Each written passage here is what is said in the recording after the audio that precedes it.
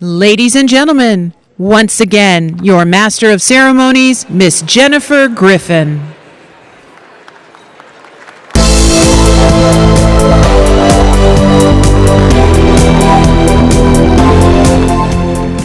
Thank you and welcome back. I hope you enjoyed your dinners.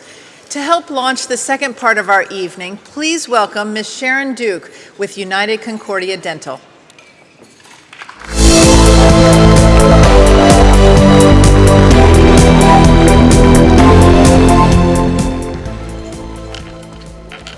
Good evening. I'm Sharon Duke, Director of Government Affairs at United Concordia Dental and proud Air Force veteran. United Concordia Dental and our parent company, Highmark, are honored to once again sponsor the Henry M. Jackson Foundation's Hero of Military Medicine Awards. United Concordia has supported the military community for more than 2 decades through our administration of numerous TRICARE contracts. We truly appreciate our partnership with the Henry M. Jackson Foundation and wish to thank their entire staff for their selfless dedication to enhancing the health of our nation's wounded, ill, and injured service members, veterans, and civilians. I cannot adequately articulate how honored I am to be on the same stage as tonight's awardees. Being an Air Force veteran makes tonight especially meaningful for me and my company. Their amazing accomplishments truly demonstrate the Air Force core values of an integrity first, excellence in all we do, and especially service before self. Congratulations to all of tonight's awardees, and thank you for allowing Highmark and United Concordia Dental and me to be part of this incredible event. Thank you.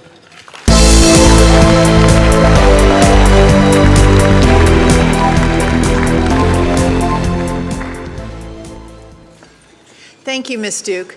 To introduce you to tonight's keynote speaker, please welcome back Dr. Caravallo.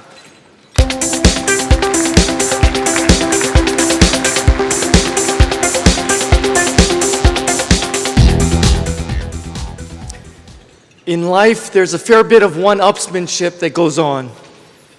For many folks, it's where you work. For others, it's who you know. Now, early in my medical career, I got caught up in this game. I had to think fast. I had to name drop quickly. After listening to one person after another tell the group how connected they were, I responded, "I've known Colin Powell ever since he was a small intestine." Everyone left immediately, so I guess it worked. Well, over the years, I've come to know some very influential people. Our evening's keynote speaker is just one of those people. General Votel and I first met when we were both assigned to the 75th Ranger Regiment in the early 90s. Rangers lead the way. I was the regimental surgeon and he was the liaison officer from the 1st Ranger Battalion. We were pretty good friends back then, really tight. I called him sir, he called me hey. Now, I followed his career over the years. Just as I predicted, he is one of the most senior officers in the military today. You can read about his storied career in your program, but I want to tell you something you won't read there, but that you will conclude for yourself after hearing him speak tonight. General Joe Votel is the consummate gentleman. Any combat veteran will readily tell you that war is hell. What our troops so richly deserve is a senior leader who understands that at the end of every decision is a young man, a young woman, a mother or father, sister or brother. He demands much of the leaders of these Americans, that they be well-trained, well-equipped, and well-led. He understands that his troops, as is he, are committed to this nation. He makes decisions in peace and during war that reflect the same commitment to them.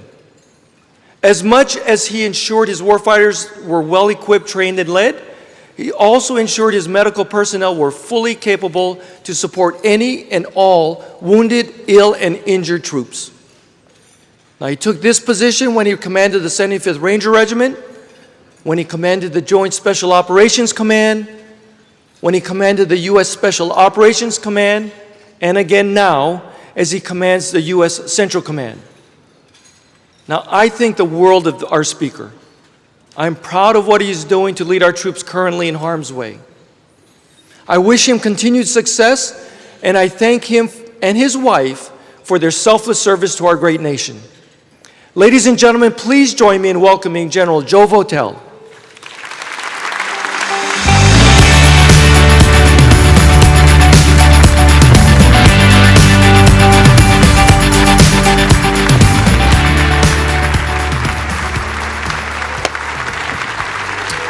Well, thank you. Thank you very much.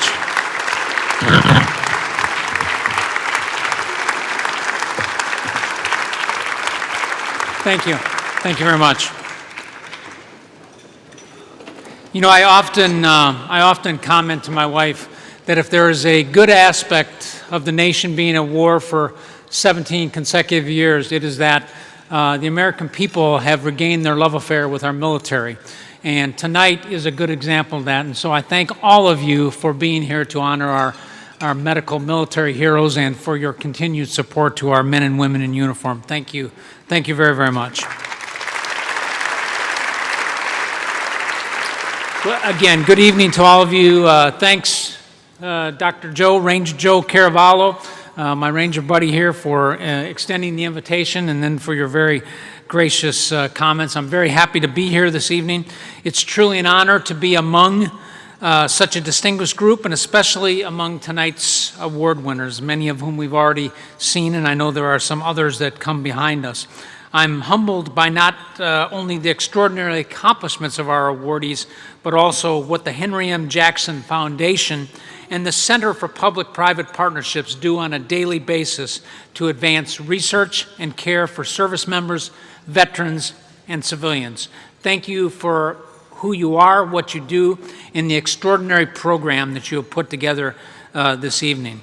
There are really just a few quick points that I'd like to make with you tonight on the role of military commanders and the role that they play in working with the medical community for not only planning care for our service members and their families, but also in supporting innovation and research efforts to continually improve the level of care that is provided to our service members. So why me? Why am I standing here tonight? For starters, medical care is commander's business. Scratch that. It's really leader's business.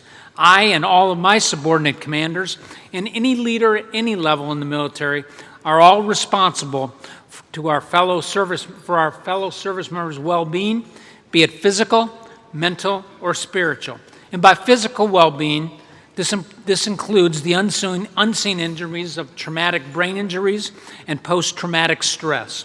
We can delegate authority to the medical community, but we can never delegate the responsibility for ensuring that our soldiers, sailors, airmen, and Marines are well taken care of.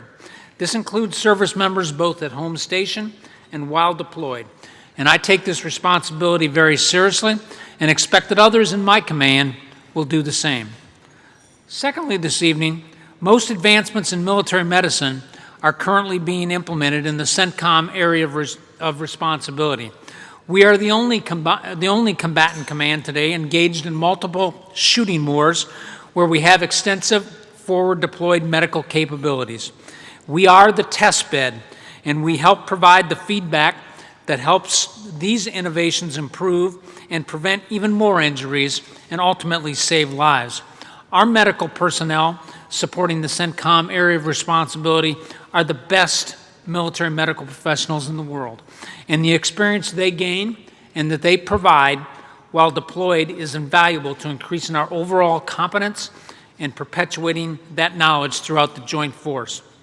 Lastly, I've watched with pride as the Tactical Combat Casualty Care Program, or TCCC, that we implemented back in the Ranger Regiment in the late 90s has been implemented as far and wide as it has. I can't overstate how important that work was, especially the efforts that went into greatly increasing our number of qualified medics and emergency medical technicians in the ranks. It is a true testament to what can happen when the operational and medical communities work closely together and don't let contemporary procedures or regulations stifle innovative people.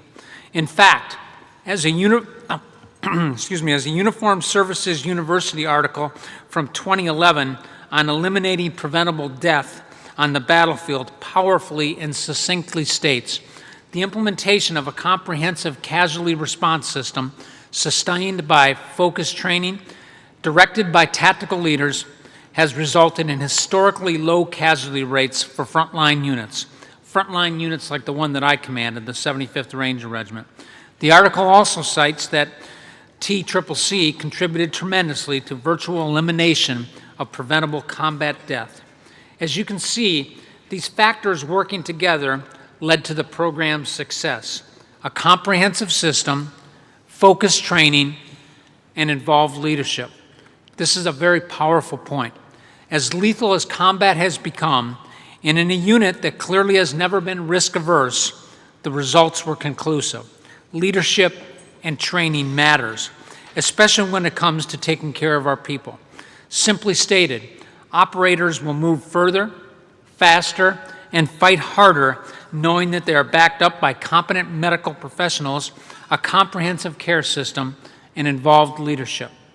Another capability that has improved survivability and minimized preventable deaths is the early use of blood products, and in particular, whole blood at the point of injury. I continue to push the Joint Trauma Blood Program, the CENTCOM and Combined Joint Task Force Surgeon Generals and my operational commanders to ensure that blood products are available closer to the point of injury, and that trained forces are available to transfuse those products to minimize the risk of transfusion injury. Now, we recognize that even with recent advances, we can't rest on our laurels by any stretch of the imagination. There is still work to do in this area. As the article about TCCC that I just mentioned a few moments ago also points out, medical training in the Department of Defense is not consistent among the services and between units. At first glance, this does not seem to be a large problem. After all, to some degree, each service and each unit has its own needs. However, as the last 17 years have clearly shown us, we don't operate solely as homogeneous units or services on our own. We operate in a joint, combined arms, and coalition environment. Interoperability among our medical personnel is more important now than it ever has been, and it will remain so in the future, particularly as operations become more and more disaggregated and standard service support requirements increase. Our men and women in combat don't know what uniform is being worn underneath a doctor or a nurse's scrubs in an OR, and they don't care. They just want to know that they have the best our country has to offer taking care of them. Your efforts to further integrate health care both on the battlefield and back here at home are notable and are proving to be fruitful. I encourage you all to continue with all combatant commands, all of our combatant commands, as you develop your joint approach to medical readiness and health care delivery. This is clearly another area where we have to continue to work together. And while we can justifiably be proud of our accomplishments, it has been estimated that up to 40% of combat deaths are surgically survivable if we can keep those soldiers, sailors, airmen, and Marines alive en route to a surgical facility. My challenge to each of you, members of industry and the health organizations that are here tonight, is to continue innovative research efforts that save those lives without simply increasing surgical teams on the battlefield. I am asking you to find innovative and transformational changes in battlefield medicine that will not make us, commanders in the field, choose between saving lives and being judicious with precious and limited resources. Although there are plenty of areas to work on in the future, I'm encouraged by organizations such as the Henry M. Jackson Foundation and the Center for Public-Private Partnerships, and the strong partnerships you have developed between the military and civilian medical communities. Only through working together can we do the most important task of any leader, that is, taking care of our people. Thanks again for the opportunity to be with you this evening. God bless you. God bless our military medical professionals, especially this evening's awardees, and God bless America. Thank you very much.